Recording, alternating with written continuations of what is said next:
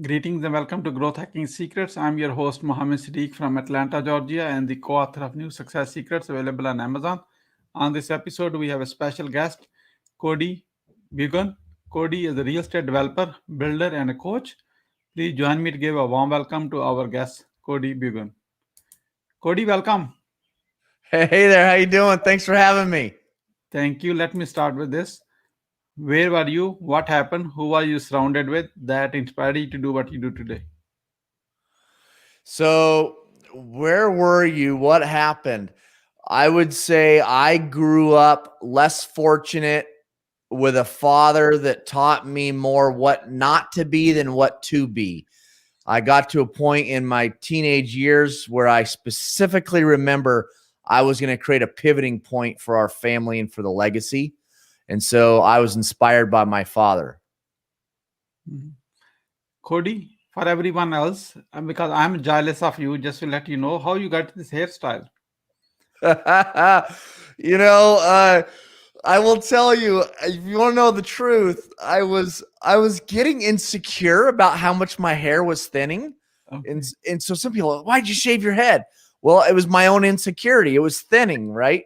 And so one day I was like, I'm done, right? I'm just bicking it. So here we are today. And I live down here in sunny Scottsdale, Arizona. And so I've been getting it nice and tan. And so I'm good to go. What are the top 3 mistakes to avoid? Related to what we do? Yeah. Okay, so what we do is we take raw land and we turn it into developments, or we take it through the political process, get it approved for development, and we either sell at that point or we develop it and sell the finished lots. Definitely the 3 biggest mistakes I see happening is those people get into the space uneducated. If you don't have an education on how this space works, this is not a fake it till you make it industry. But the 3 biggest mistakes I think I see people making is, one is they close on development deals without development approvals in place. They close on it like it's a home transaction. They close in 30 or 60 days. No, if you're going to pay development value for land, whether it's 100 an acre, 200 an acre, 300 an acre, 500 an acre, whatever it may be, you cannot close on these deals until approvals are in place. If you're going to buy a diamond, you got to make sure it's a diamond. And so guys that close on these deals without approvals is definitely an uneducated mistake. Second would be they don't know the numbers. They don't know how to do the math backwards. They don't know how to take what the finished homes, finished townhomes are selling for and plug in builder costs, builder profit, permits, loan fees, interest carry, which creates a finished lot value. Then you do the math again. What does a developer got to make? What are development costs? And you do this math backwards and it creates what's called what the raw land value is. If you don't know how to do that math, you're going to get yourself in trouble, or you're going to pay way too much for something. And at the end of the day, you're going to have no profit to show. Third mistake would be is you don't know all the boxes you need to check during due diligence to make sure that the property is truly developable or that it's feasible to develop. Because it's one thing to be developable. It's another thing whether it's feasible to develop. And so there's numerous boxes you need to check to make sure a deal works.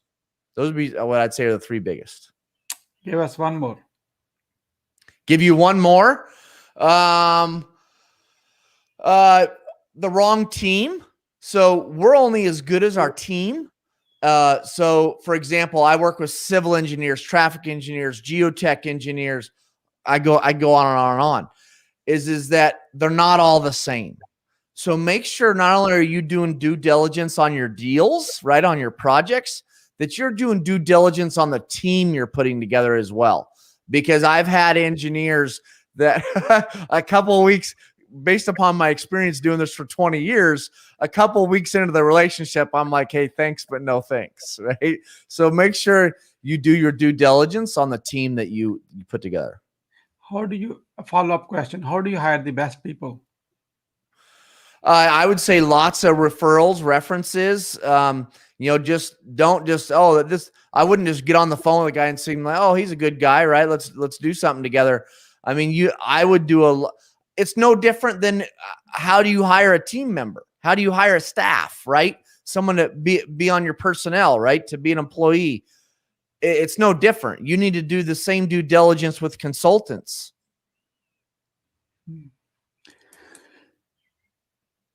What is your greatest failure story? What did you learn and how did you recover from it? It's hard to narrow it down to one because I've had so many. But I can, I was in a group last night, and I was talking about how valuable my failures are to me. I mean, I am truly appreciative of all my failures in my life, or trials, tribulations, because that has helped sculpt me into the man I am today. Now, I'm not to a point where I can be in the middle of it and necessarily celebrate it, but I'm to a point now when I get to the other side of the failure, I can look back and celebrate it. But I would say my biggest failure is not necessarily related to business. It's more on the personal side of things, which then it does carry over into business. But, I just really recently in the last few years started focusing on personal development, getting masterminds, online education courses, being around the right people, right, that are making me better. They're inspiring me. They're great sounding boards, and then, books and courses. And there's just so much out there to consume. And I didn't put much value on that until 2 years ago. I would say I don't really like to dwell on my failures or my mistakes, just because I don't think it's I just want to move past them, learn from them, grow from them, and move past them. But, I get so excited for young people that they are 20 years younger than me, and they're in mastermind groups, and they're nose deep into books, and they're listening to podcasts, and they're doing online courses, and, or in-person courses for that matter. Like, I have grown more in the last 2 years than I have the other 43 years 41 years of my life, because I'm 43 years old. 100%. I wish I would have put more value on that sooner in my life. Why is it important to embrace your failures? Oh, I mean, I'll give you an example of another failure, or trial or tribulation is, at the age of 28, 2006, my net worth showed I was worth $20 million, right? At 29, 2007, I was worth about $2 million. I lost 90% of my net worth. And what happened is, through that, I learned how, I truly learned the value of a dollar, right? Like, the money, it's one thing to make it, it's a whole nother thing to lose it. And so I truly started understanding the value of it, and that it's a tool, and to not take it for granted.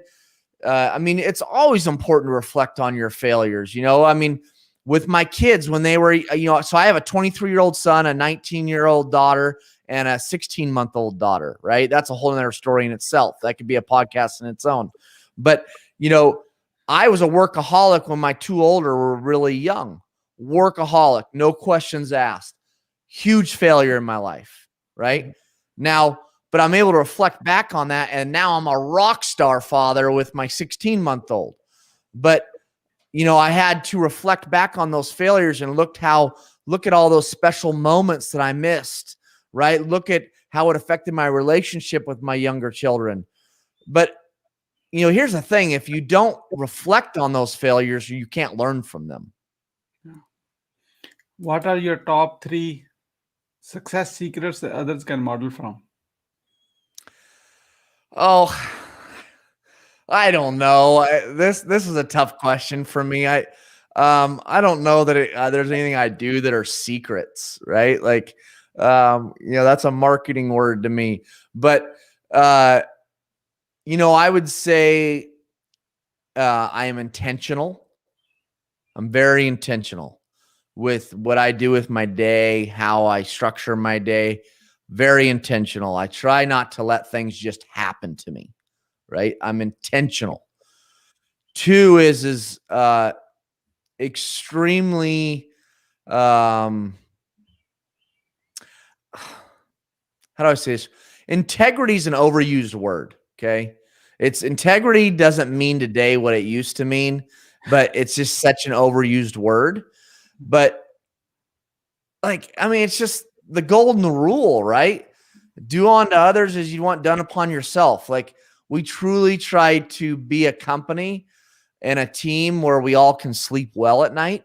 So, and that comes from my spiritual life. So I'm a believer in Jesus, and that's a foundation of who I am. I will tell you, it's not a secret, but something that I started doing just this year that has had major impact on my life is that first thing I do when I get up in the morning is I journal. So I journal and I talk about, what I'm grateful for, what I'm excited about, what do I want to prove on, what are my goals, so there's all these things I do in my daily journal, and that's really been valuable for me to keep me focused and in my flow. Okay, I can go on and on and on all the things I believe in that have contributed to my success, but there's 3 of them. Okay, so we are about to start a lightning round. That means quick question and quick answer. Are you ready? Sure. What are you grateful for today? Jesus. How young are you? 43. Cody, you are not 43. You are 18 years old with 25 years experience. I love it. What you want to do when you grow up? Travel. How do you overcome a challenge life throws at you? Oh, meditation, prayer, journaling, going on walks with my family every day. I exercise every day. I swing the golf club every day. I have 8 daily habits that I try to do each day. Can you name all of them? Yes, I can. You want me to name them all? Go for it.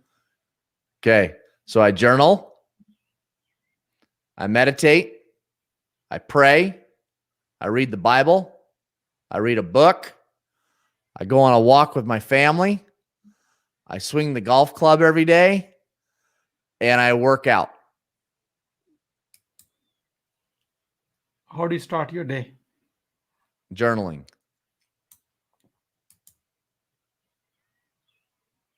What is the advice you will give to younger yourself? Younger self. There's a lot of room for personal growth. Continue to educate yourself, and probably a part of that, no question, a part of that, networking. Network. Relationships are extremely valuable, and surround yourself with the right people.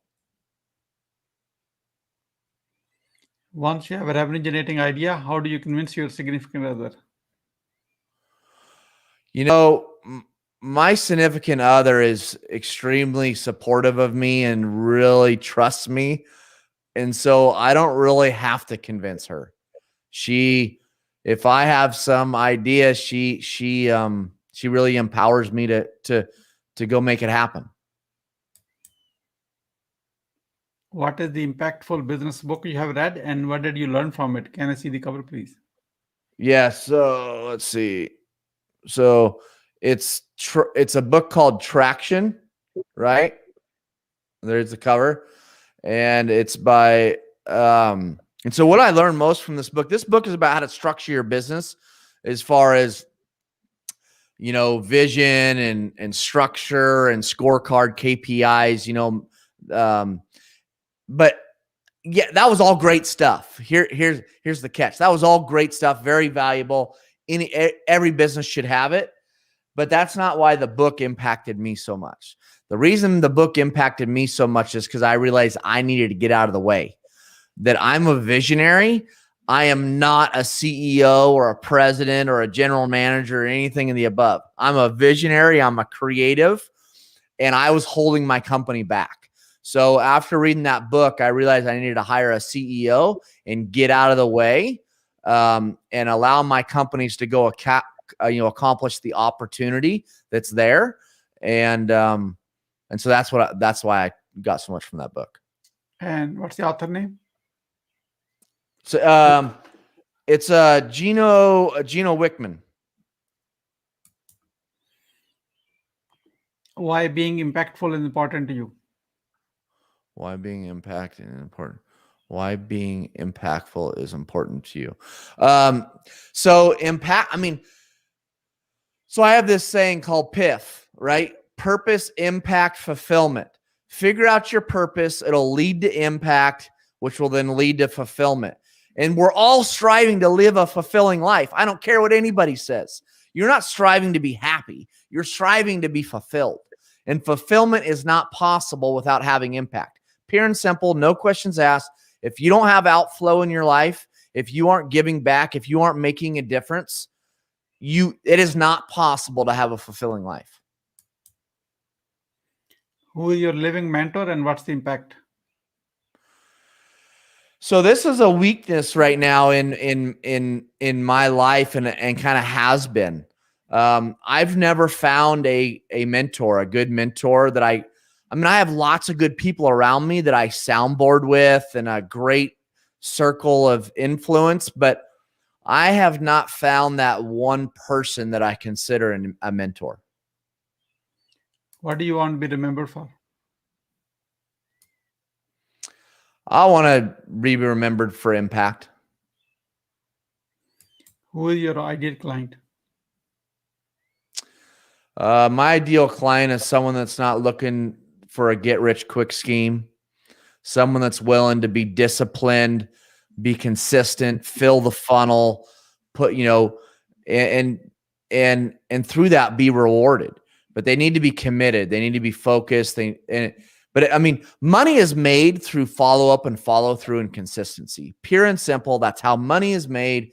I mean, you might have some one-off hits that are great, but I'm looking for the students that are willing to show that commitment. How can we support you? Oh, so I provided a link for your crowd, your audience. So if they go to vestright.com/growth, go there. Let me put it this way. There's more free content there. It's it's a free report / ebook. And if what I'm about to say is wrong, let me know. But I bet you're going to find more value. You're going to learn more about how raw land acquisition and how land development works in that free content than you've ever learned in your life. And there's no strings attached. It's truly free. Go there, check it out. And we appreciate it. We are about to wrap up. I'd like to have a few words about your today's guest experience on the show. Here is my question. What would you say about your today's guest experience on the show? It's good. It's been a different experience, but I love how you get through so many questions and you I think it's good. So I think it pulls a lot of diverse value out of your guests. So I think that's great. What would you say as a final word? Don't take life too serious. Make sure you're having fun. Life, I'm a believer in Jesus. My pastor talked about it last week, and he said, hey, often believers, religious people, they're not happy people. They don't have fun. And so right now, spur of the moment, I am so focused on just making sure I'm having fun and enjoying life. Thank you so much, Cody, for sharing your wisdom with us today on the behalf of Growth Hacking Secrets community and our entire team. We really appreciate you. This is Muhammad Siddique signing off from Atlanta, Georgia. Until the next episode, all good wishes. Thanks for having me.